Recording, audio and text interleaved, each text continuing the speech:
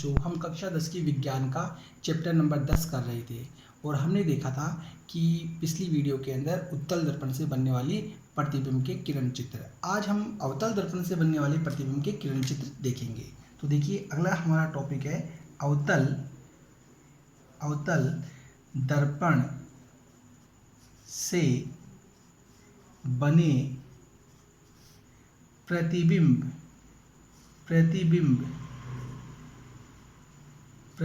के किरण चित्र।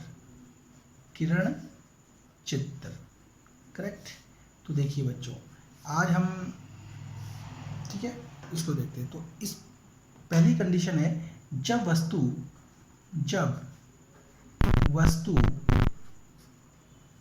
अनंत पर रखी हुई हो, जब वस्तु अनंत पर हो। ठीक है। देखिए बच्चों, तो इसके लिए सबसे पहले हम एक उत्तल लेंस बनाएंगे। हाँ बच्चों, तो सबसे पहले हम यहाँ पे एक अवतल लेंस बनाएंगे। तो उसी तरह बनाते हैं। देखिए 1 2 3 4 5 6 7 लाइनों को सिलेक्ट करेंगे हम, और एक बार पहले पेंसिल से बनाएंगे, जिससे कुछ मिस्टेक हो तो हम इसको सही कर सकें। ठीक है। इस प्रकार ये अवतल लेंस हम बनाते हैं। ठीक है। देखिए एक बार,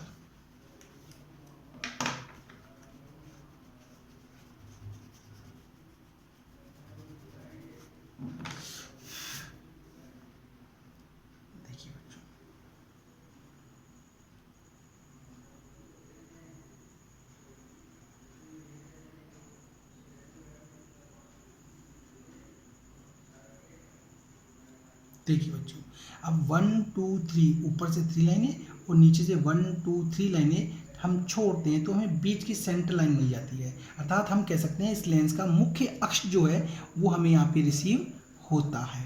करेक्ट। तो ये जो मुख्य अक्ष है, इसकी को हम इस मुख्य अक्ष जो है, इसके लेंस के अंदर जो ये प्रकाशिक केंद्र है, इस प्रकाशिक केंद्र के ऊपर हम स्केल के 8 नंबर को रखेंगे, और फिर 10 पे, 12 पे, 6 पे और 4 नंबर पे हम डॉट लगाते हैं। करेक्ट। इस प्रकार अब इसको थोड़ा ओवरलैपिंग करें, जिससे कि सही से आपको दिखे।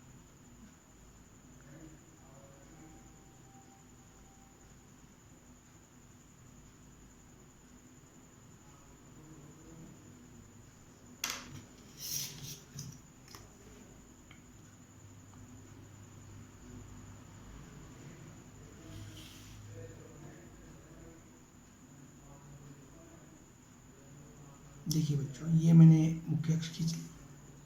देखिए, ठीक है।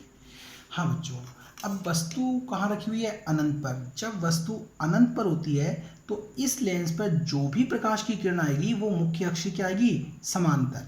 तो ये मुख्य अक्ष हो गया, और ये अनंत पर रखी हुई वस्तु से ये मुख्य अक्ष के समानांतर ये प्रकाश की किरण आई। अब इस लेंस की प्रकृति है प्रकाश की किरणों को फैलाना, तो वो इस किरण को पीछे की ओर फैलाता है। ठीक है। इस प्रकार वो इसको फैला देता है।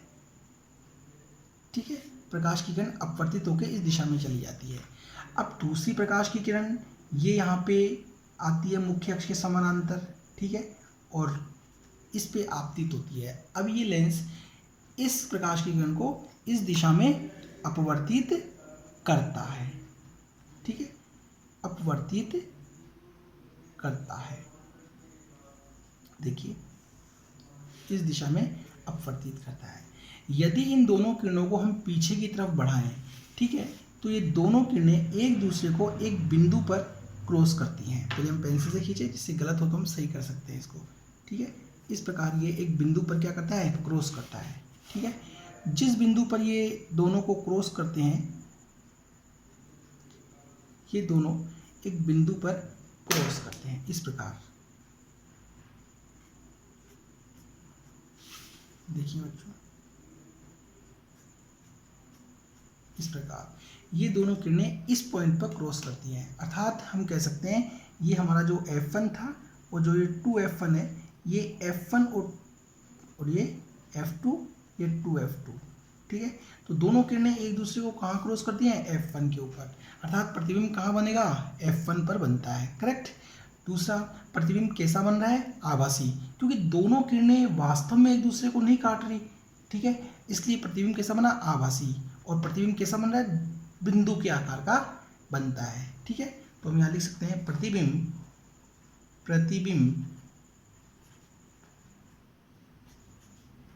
F1 पर बनेगा। सेकंड, प्रतिबिंब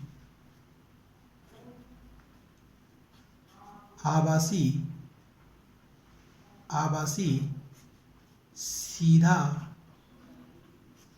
बनेगा। थर्ड, प्रतिबिंब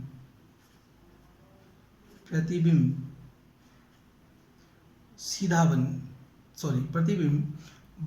वस्तु से छोटा बनेगा, वस्तु से छोटा होगा। देखिए बच्चों, प्रतिबिंब कहाँ बनेगा, F1 पर, दोनों किरणें F1 पर क्रॉस कर रही हैं तो F1 पर बनेगा। आभासी बनेगा क्योंकि ये किरण इधर चली गई, ये किरण इधर चली गई, ये वास्तव में एक दूसरे को क्रॉस नहीं कर रही, पीछे हम कल्पना कर रहे हैं कि बढ़ाने पर क्रॉस कर रही है, तो इसलिए आभासी बनेगा। और सीधा बनेगा, चूंकि डॉट आकार का है और किसी डॉट आकार की वस्तु में उल्टे और सीधे का हम पता नहीं कर पाएंगे, इसलिए ये मानते हैं कि ये सीधा बनेगा। और वस्तु से हमेशा कैसा बनेगा, छोटा, इस लेंस से हमेशा छोटा प्रतिबिंब बनता है, ये बात याद रखिएगा, इस लेंस से हमेशा छोटा और आभासी प्रतिबिंब बनता है। देखिए बच्चों, जब वस्तु अनंत पर रखी होती है, अनंत पर होती है, करेक्ट। अब हम देखेंगे अगली कंडीशन में, वस्तु ये प्रकाशिक केंद्र और यहाँ पे अनंत है, इधर क्या है, अनंत, इस प्रकाशिक केंद्र और इधर जो अनंत है इसके बीच में वस्तु कहीं पर भी हो, यहाँ पर कहीं पर भी हम वस्तु को रखें, प्रतिबिंब कहाँ, एक ही जगह बनता है, कहाँ बनता है वो देखेंगे हम। देखिए बच्चों, तो अगली हमारी कंडीशन है कि सेकंड कंडीशन, जब वस्तु अनंत व प्रकाशिक केंद्र के मध्य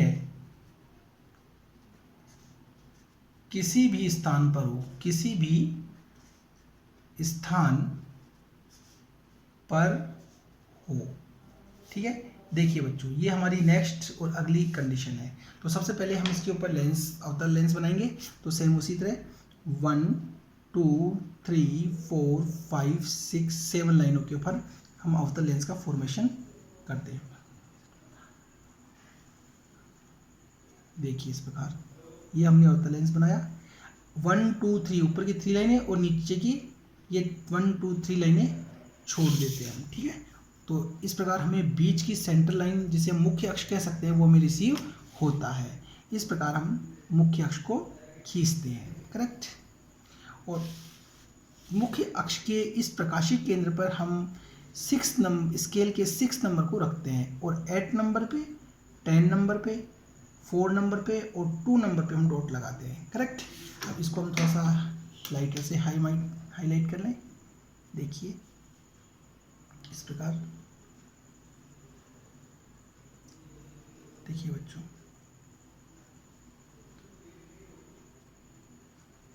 ये हमारी मुख्य अक्ष,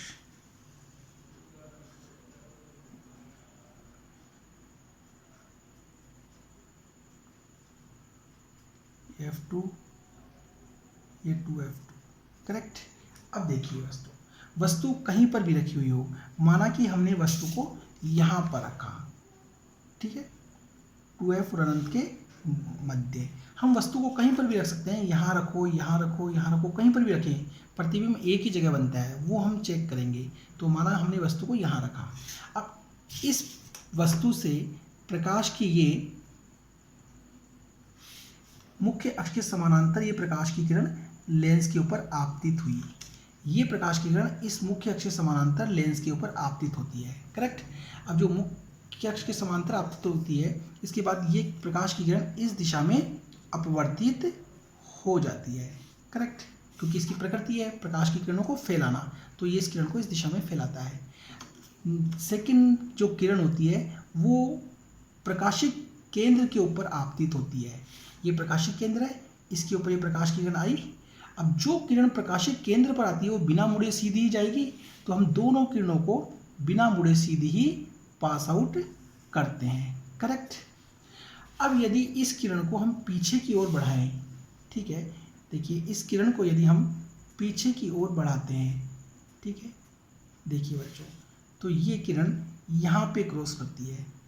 करेक्ट, देखिए तो यहाँ पे क्रॉस करती है, अर्थात प्रतिबिंब जो होता है वो हमेशा F1 और, हाँ बच्चों, तो देखिए ये वाली प्रकाश की किरण को जब हमने पीछे की ओर बढ़ाया तो ये किरण इस किरण को इस पॉइंट पर क्या करती है, क्रॉस करती है। इस पॉइंट पर क्रॉस करिए, अर्थात प्रतिबिंब हमारा कहाँ बन रहा है, F1 और प्रकाशिक केंद्र के बीच में बन रहा है। ये प्रकाशिक केंद्र, ये F1 इन दोनों के बीच में बनता है। तो हम कह सकते हैं कि प्रतिबिंब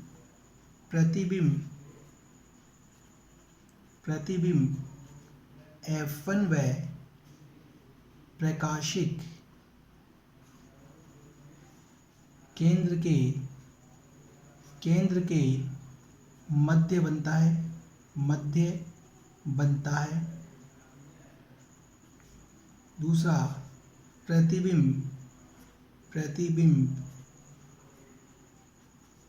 वस्तु से छोटा होता है। तीसरा,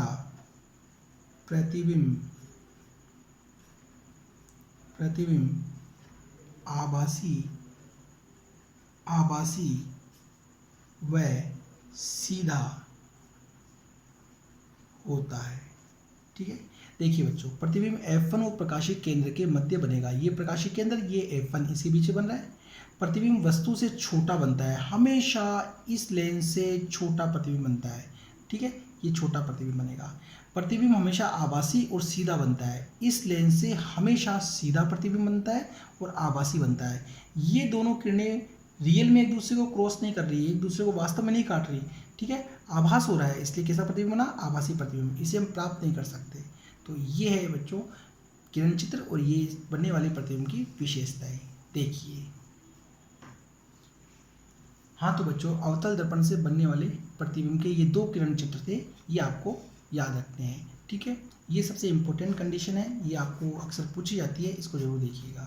देखो बच्चों, हाँ बच्चों, अब हम अगला टॉपिक देखेंगे, लेंस सूत्र। लेंस सूत्र क्या होते हैं।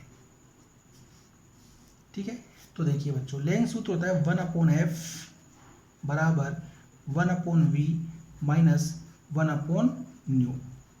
करेक्ट, देखिए बच्चों, एफ, वी और न्यू क्या है, ये हम आपको पिछली वीडियो में बताया जा चुका है। एफ, यहाँ पर एफ है फोकस दूरी, ठीक है। वी यहाँ पर है प्रकाशिक केंद्र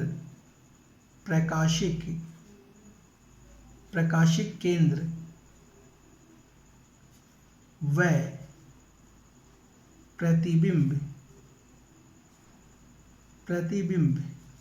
के मध्य दूरी, और न्यू यहाँ पर है प्रकाशिक केंद्र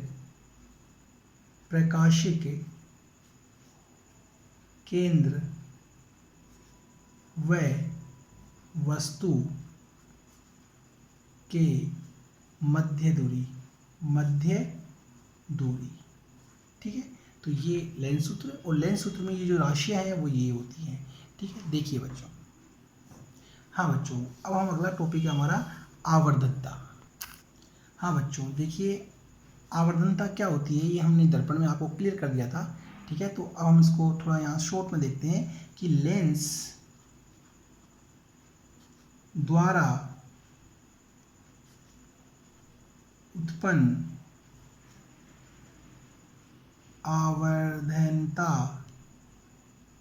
आवर्धनता को को निम्न सूत्र से दर्शाते हैं। ठीक है, आवर्तनता को हम m से शो करते हैं, m से। m बराबर प्रतिबिंब की ऊंचाई, प्रतिबिंब की ऊंचाई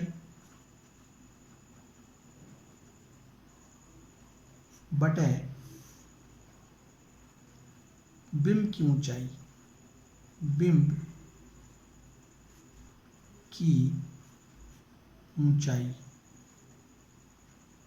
ठीक है, बराबर एच डैश अपॉन एच। तो हम इसको लिख सकते हैं m बराबर H dash upon H. m आवर्तनता, एच डैश प्रतिबिंब की ऊंचाई और बिंब की ऊंचाई h। ठीक है, इसका एक फार्मूला और होता है m बराबर v अपॉन न्यू। ठीक है, तो ये भी आवर्तनता ज्ञात करने का फार्मूला है और ये भी आवर्तनता ज्ञात करने का फार्मूला है। ठीक है, तो ये होती है लेंस की आवर्तनता। देखिए बच्चों, हाँ बच्चों, अब हमारा अगला टॉपिक आता है लेंस की क्षमता क्या होती है। देखिए, लेंस की क्षमता, लेंस क्षमता, लेंस क्षमता या लेंस शक्ति, लेंस की शक्ति या लेंस की क्षमता क्या होती है। देखिए बच्चों, हमने अभी पिछले टॉपिक में देखा कि ये उत्तल लेंस अपने ऊपर आने वाली प्रकाश की किरणों को एक बिंदु पर मिलाता है। ठीक है, मिलाता है। और हमने देखा कि जबकि ये वाला लेंस अपने ऊपर आने वाली प्रकाश की किरणों को फैलाता है। ठीक है, ये प्रकाश की किरणों को यूं फैलाता है। ठीक है, तो लेंस के द्वारा प्रकाश की किरणों को एक बिंदु पर मिलाने की या फैलाने की जो क्षमता होती है, जो कैपेसिटी होती है, उसे ही हम लेंस की क्षमता या लेंस की शक्ति कहते हैं।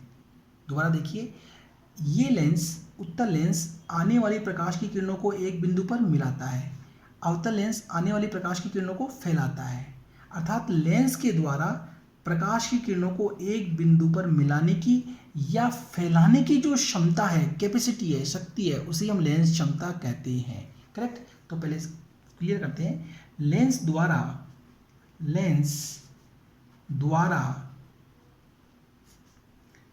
आपतित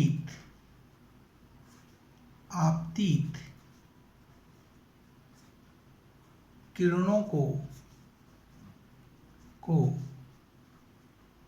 अपसारित या अभिसारित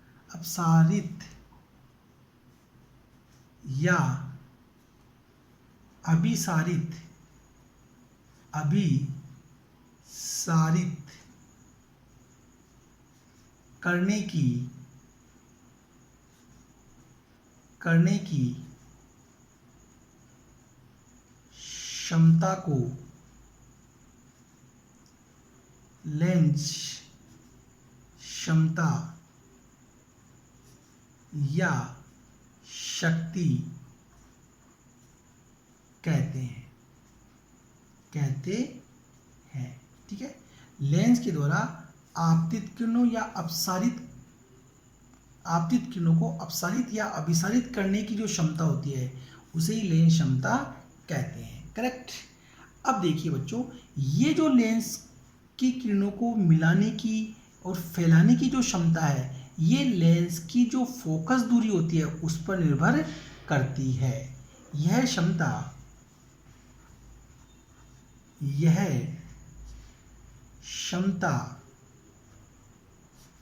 लेंस की फोकस दूरी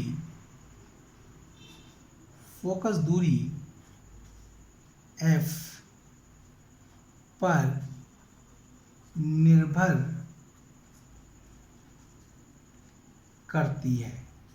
ठीक है, ये जो क्षमता होती है वो लेंस की फोकस दूरी पर निर्भर करती है। कैसे, देखिए बच्चों, जैसे मान लीजिए ये एक लेंस है, ठीक है, इसकी f क्या है, कम, f कम है।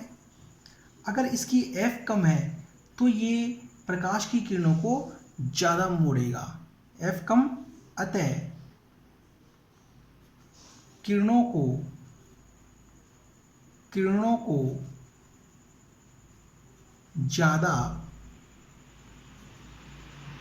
मोड़ेगा। ठीक है, अगर इसकी f कम है तो किरणों को ज़्यादा मोड़ेगा। इसके अपोजिट मान लीजिए ये दूसरा लेंस है, ठीक है, इसकी f क्या है, ज़्यादा, इसकी f क्या है, ज़्यादा, तब ये किरणों को कम मोड़ेगा। करेक्ट। सेम इसी तरह हम बात करते हैं इसकी, ये उत्तल लेंस है, ठीक है, इसकी f क्या है, कम, f कम है इसकी, तो यह किरणों को ज़्यादा फैलाएगा। करेक्ट। इसी प्रकार मान लीजिए ये नेक्स्ट लेंस हमने लिया, इसकी f क्या है, ज़्यादा, तो यह किरणों को कम फैलाएगा। करेक्ट, किरणों को कम फैलाएगा। ओके, तो इस प्रकार हम देख रहे हैं कि f कम होती है तो ज़्यादा मुड़ती है, f ज़्यादा होती है तो कम मुड़ेगी। करेक्ट, इसी प्रकार f कम होती है तो ज़्यादा फैलेगी और f ज़्यादा है तो ये कम फैलेगी। मतलब ये जो क्षमता होती है, ये फोकस दूरी की क्या होती है, व्युत्क्रम होती है। तो हम कह सकते हैं कि लेंस, सॉरी आगे देखते हैं, देखिए लेंस की क्षमता फोकस दूरी की व्युत्क्रम है। ठीक है, लेंस की क्षमता फोकस दूरी की क्या होती है, व्युत्क्रम, अर्थात P बराबर 1/f। f क्या है, फोकस दूरी, P क्या है, क्षमता। ठीक है, तो हम कह सकते हैं कि f ज़्यादा होगी तो P कम होगा, f कम होगी तो P ज़्यादा होगा। ओके, दूसरी इंपॉर्टेंट बात बच्चों, ये फोकस दूरी जो होती है वो हमेशा हम मीटर में लेते हैं। हमेशा फोकस दूरी किस में लेंगे, मीटर में, आपको याद रखना है। करेक्ट, तो ये इसका फार्मूला, ये उसकी परिभाषा है। ठीक है, अब हम देखते हैं मात्रक, लेंस की शक्ति का मात्रक क्या होता है। देखिए इसका मात्रक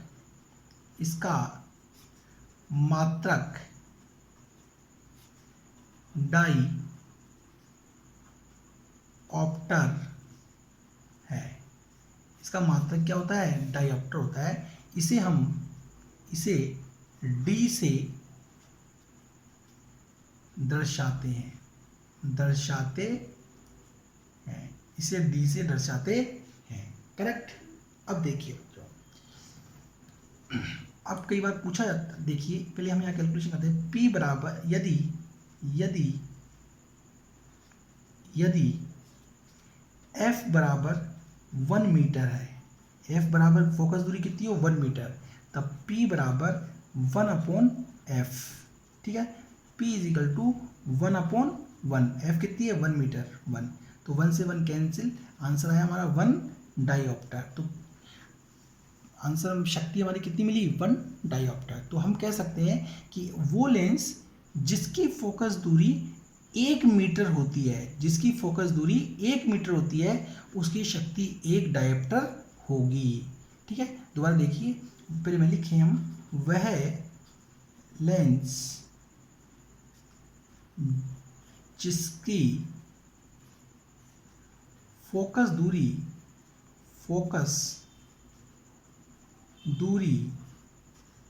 1 मीटर हो उसकी क्षमता एक डायोप्टर होती है। करेक्ट। देखिए, वह लेंस जिसकी फोकस दूरी 1 मीटर हो, ठीक है, ये फोकस दूरी 1 मीटर है, उसकी क्षमता 1 डायोप्टर होगी। ये 1 मीटर कैलकुलेशन है तो 1 डायोप्टर, उसकी क्षमता कितनी होगी? 1 डायोप्टर होगी। ये 1 डायोप्टर की परिभाषा है। इससे कई बार एग्जाम में पूछा जाता है 1 डायोप्टर की परिभाषा क्या है, तो ये होती है 1 डायोप्टर की परिभाषा। देखिए बच्चों, हाँ बच्चों, अब देखिए इंपॉर्टेंट बात, जो उत्तल लेंस होता है, ठीक है, इसकी क्षमता धनात्मक होती है, धनात्मक। करेक्ट। वो जो अवतल लेंस होता है, इसकी इसकी लेंस क्षमता ऋणात्मक होती है। करेक्ट। देखिए बच्चों, हाँ बच्चों, ये यहाँ पे हमारा लेंस क्षमता का टॉपिक कंप्लीट होता है और इसी के साथ हमारा जो चैप्टर नंबर 10 है वो भी यहाँ हमारा आज समाप्त होता है। ठीक है, ये टॉपिक बच्चों आपको समझ में आए होंगे, तो प्लीज़ इसे सब्सक्राइब करिएगा जिससे कि हम चैप्टर नंबर 11 की वीडियो आपको समय पर उपलब्ध करवा सकें। Thank you.